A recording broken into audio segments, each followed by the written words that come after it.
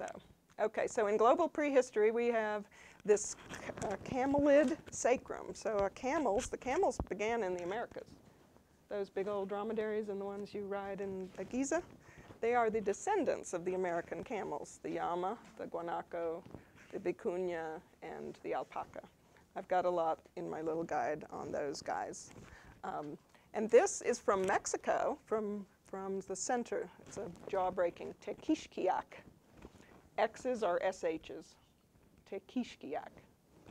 All the other pronunciation is Spanish. So an E is A, I is E, etc. So if you know Spanish pronunciation, but an X is an SH, Tequixquiac in central Mexico. It's at least 14,000 years old, and it's the sacrum is the triangular bone at the base of the spine of an extinct camel. Camels were all through the Americas, and they walked from south to north and across the Bering Strait. That's how they got to Asia. The Bering Strait was 1,000 miles wide, okay? We think of it as like a little bridge. It's called a bridge. Well, it's no one who walked on it, camels or people going this way, camels and a few other things going that way. They didn't know they were on a strait because it was 1,000 miles wide until the seas rose and it got submerged. It's still under there. It's just submerged. So you can go ahead. So sorry. So camelid is. So I'm thinking of the tunic, the Inca tunic. Camelid fiber. Mm-hmm. Is that like from a guanaco or? Probably from an alpaca. The alpaca, A-L-P-A-C-A, is alpaca.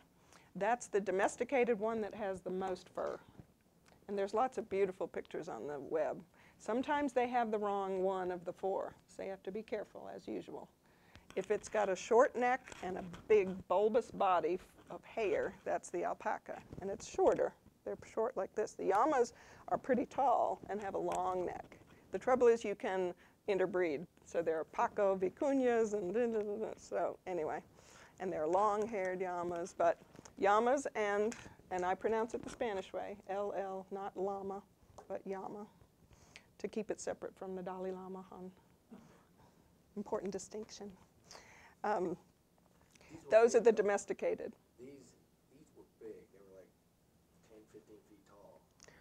The ones from the ancient. The very, very ancient times. They've gotten smaller. So was this one that was from a giant one, so that it's a huge steak? No.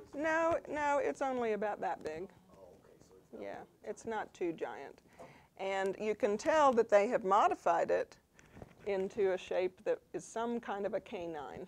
It could be a coyote, it could be a wolf, it could be a dog, domesticated dog. They did bring dogs over with them from China or from Asia. The hairless dog that you have in the Americas and the Chihuahua, those were the types of dogs that came over. So they've increased the two eye holes. They've made the snout. The most difference is in the snout. So this is a nice piece to start with. I compare it always to Lascaux, using the walls for the bulges of the bellies of the what are they called? barracks. Yeah, barracks. And just nature one type of natural item in an image of another. So it's actually somewhat sophisticated for being very early. So another thing we don't want them to think is early starts out, bad, and then they figure it out. This is a pretty creative use of the bone. It's carving something permanent. In these parts of the world, they like permanent materials because in the jungles, there's all different environments, of course, but there are a lot of places where things don't last. So something like a bone lasting. So it's, and also it sets the stage for animals being really important as subjects. If you went through my museum, and I invite you to come to Emory, there's more than half is animals because they are oriented towards them. They have powers that we don't in shamanism. An armadillo can walk underwater. Under the water, walk on the bottom of a stream. We can't do that, obviously birds. And name an animal, and there's something that animal can do better than us. So that's why it's very theriocentric would be a fancy word for it. Therio is T-H-E-R-I-O is for animal. Theriocentric. Question. So therio.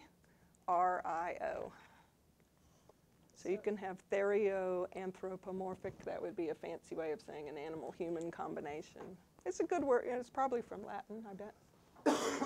Excuse me. Uh-huh. So we don't know exactly which camelid, like what kind of an animal it's taken from, or what There are the 4 different That it could have types been. that it could have been. And that early, it would be one of the non-domesticated ones. So it was probably a guanaco, G-U-A-N-A-C-O,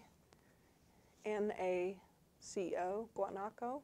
Those are the ones that are now endangered and down only in Patagonia. And then the vicuña, V-I-C-U-N with a tilde, A. That's the little one with a fluff on its chest. That's the softest of all, softest one of all. But all So it would have. these are connected to the camel. Yeah, they are camels. We call them. They're the predecessor, the pre-camels. But we use the word camelid as being part of the big family of camels, because people think you're going to be able to ride them. You can't ride them. They're not strong enough. Their backs, no. Llamas can be pack animals, but after about 80 pounds, a llama lies down and says, "No, I'm not moving." And if you try to, they spit at you. They're not very nice.